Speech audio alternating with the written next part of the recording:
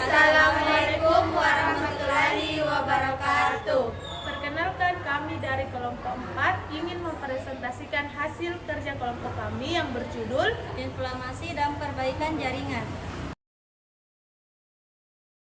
Kenalkan, nama saya Nurul Fadila dengan NIM 52025011025. Perkenalkan, nama saya Nuraini Seluswati dengan NIM 52225011027.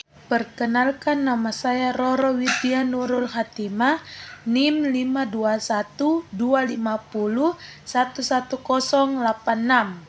Perkenalkan, saya Rahmadani dengan NIM 52025011098.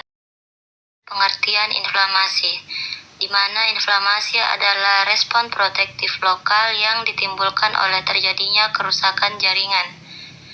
Reaksi inflamasi ditandai dengan timbulnya kalor atau panas, dolor atau nyeri, rubor atau merah, tumor atau pembengkakan, dan penurunan fungsi. Inflamasi merupakan sebuah respon jaringan vaskularisasi terhadap infeksi dan kerusakan jaringan untuk membersihkan tubuh dari penyebab awal cedera dan konsekuensi dari cedera tersebut. Inflamasi diinduksi oleh berbagai mediator kimia yang diproduksi oleh sel inang sebagai respon terhadap rangsangan. Mekanisme inflamasi dapat dilihat pada gambar. Patofisiologi terjadinya reaksi inflamasi. Patofisiologi inflamasi dimulai ketika mikroba memasuki jaringan tubuh atau ketika adanya cedera pada jaringan yang menyebabkan infeksi atau kerusakan jaringan. Hal tersebut kemudian dikenali oleh sel residen seperti makrofag, sel dendritik, sel mast, dan sel-sel lain dalam jaringan. Kemudian sel-sel tersebut akan melepaskan mediator inflamasi yang akan memicu reaksi vaskular dan reaksi seluler. Mediator inflamasi juga dihasilkan dari protein plasma yang bereaksi terhadap mikroba atau jaringan yang rusak. Protein plasma ini disintesis di hati yang konsentrasinya dapat meningkat sebagai bagian dari respon terhadap rangsangan inflamasi. Protein plasma tersebut diantaranya yaitu CRP dan SAA. Mediator inflamasi akan memicu vasodilatasi, peningkatan permeabilitas vaskular, dan perekrutan leukosit yang akan bersirkulasi ke tempat agen penyebab inflamasi. Mediator inflamasi kemudian juga mengaktifkan leukosit untuk menghancurkan dan menghilangkan agen penyebab inflamasi. Secara umum terdapat dua tahapan dalam proses inflamasi. Pertama, tahap vaskular. Pada tahap vaskular terjadi reaksi vasodilatasi yang akan meningkatkan aliran darah dan permeabilitas vaskular. Vasodilatasi yang terjadi akan menyebabkan peningkatan aliran darah pada daerah yang mengalami cedera dan akan memberikan warna merah atau rubor dan rasa panas atau kalor. Peningkatan permeabilitas vaskular diinduksi oleh histamin, kinin, dan mediator inflamasi lain yang kemudian menyebabkan cairan yang kaya akan protein dan sel darah keluar ke jaringan ekstravaskular. Hal tersebut akan mengakibatkan tekanan osmotik cairan interstisium meningkat, sehingga lebih banyak air yang keluar dari darah ke dalam jaringan. Hasil akumulasi cairan ekstravaskular yang terjadi akan menyebabkan edema jaringan. Timbulnya edema menyebabkan rasa nyeri karena peragangan jaringan akibat timbulnya edema dan adanya pengeluaran mediator nyeri seperti prostaglandin, bradikilin, dan histamin yang bisa merangsang saraf perifer di sekitar jaringan yang mengalami inflamasi. Timbulnya edema dan rasa nyeri membuat keterbatasan gerak atau gangguan fungsi pada daerah sekitar inflamasi. Yang kedua adalah tahap seluler. Pada tahap seluler terjadi pengumpulan dan pengaktifan leukosit yang kemudian akan mengeliminasi agen berbahaya. Leukosit dibawa dari darah ke jaringan ekstravaskular di mana patogen infeksius atau jaringan yang rusak dapat ditemukan. Setelah leukosit terkumpul, leukosit diaktifkan untuk menjalankan fungsinya yang mengakibatkan peningkatan fungsi fagositosis. Produksi mediator inflamasi termasuk asam arakidonat, sitokin proinflamasi, serta peningkatan destruksi intrasel mikroba dan jaringan mati yang telah difagosit. Gambar berikut menjelaskan mengenai perjalanan leukosit dari lumen pembuluh darah ke jaringan yang melibatkan proses multilangkah yang dimediasi dan dikendalikan oleh molekul adhesi dan sitokin. Pada peradangan leukosit yang mengalir di dalam darah kemudian dibawa ke lokasi kerusakan jaringan. Proses ini dibagi menjadi beberapa fase yang terdiri dari adhesi leukosit ke endotelium tempat inflamasi, lalu transmigrasi leukosit melalui dinding pembuluh darah dan pergerakan sel menuju agen penyebab inflamasi. Inflamasi dibedakan atas inflamasi akut dan inflamasi kronis.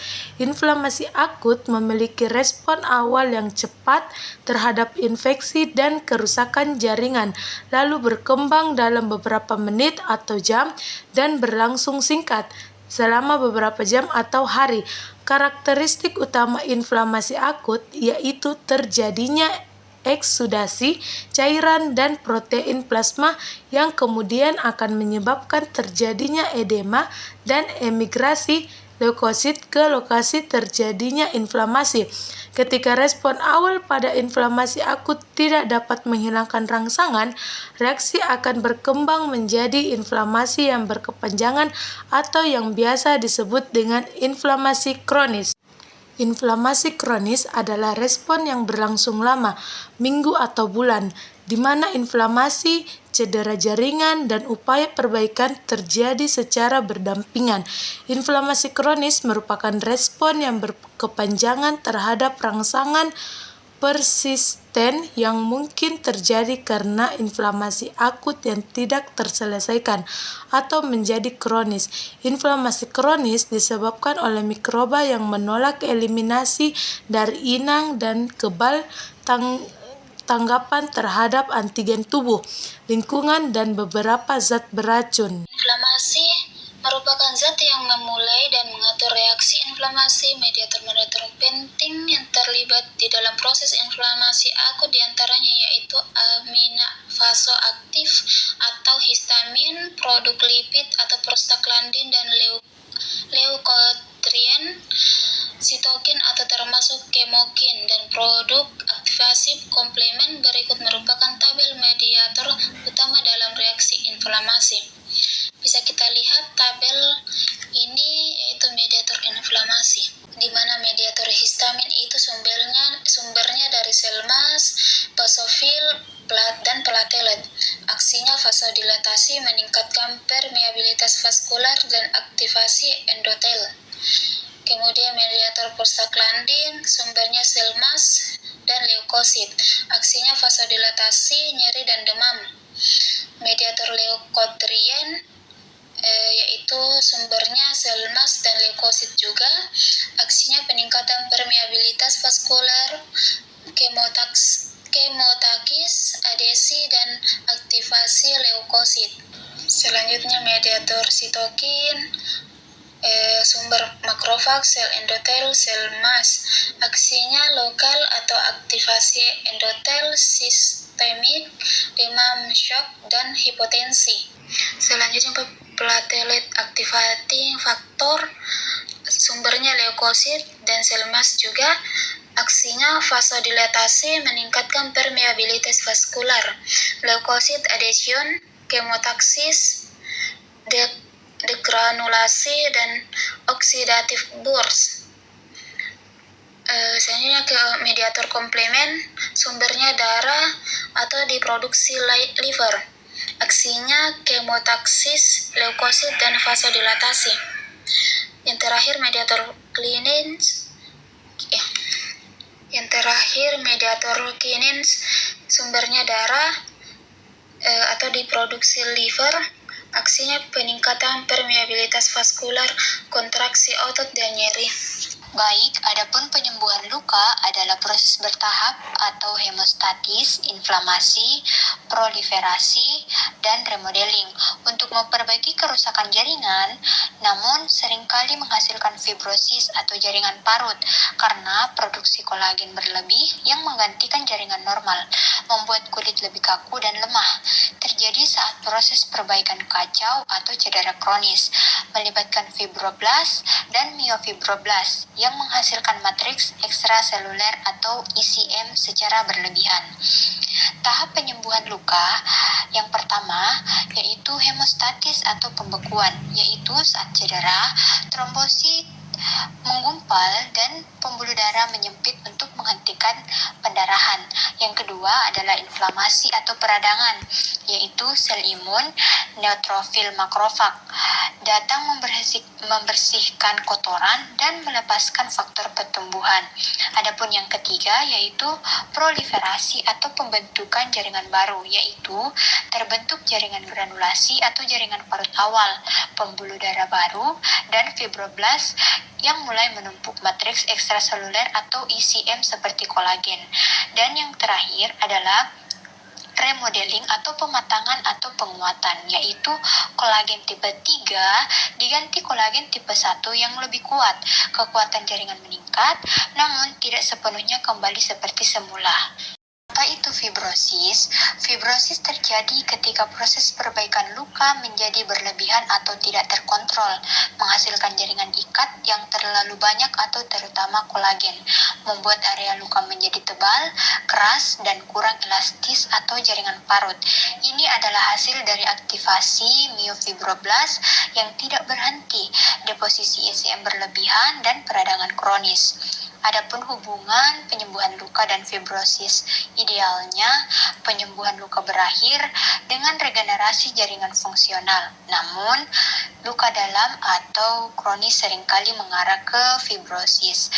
Adapun penyebab fibrosis yaitu cedera berulang, infeksi, gangguan aliran darah, atau penyakit kronis dapat memicu respons maladaptif yang menyebabkan fibrosis.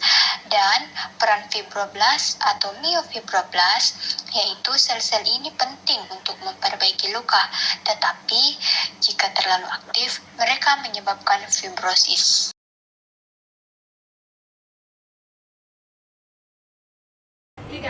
Itulah tadi hasil presentasi dari kelompok kami. Sekian dan terima kasih.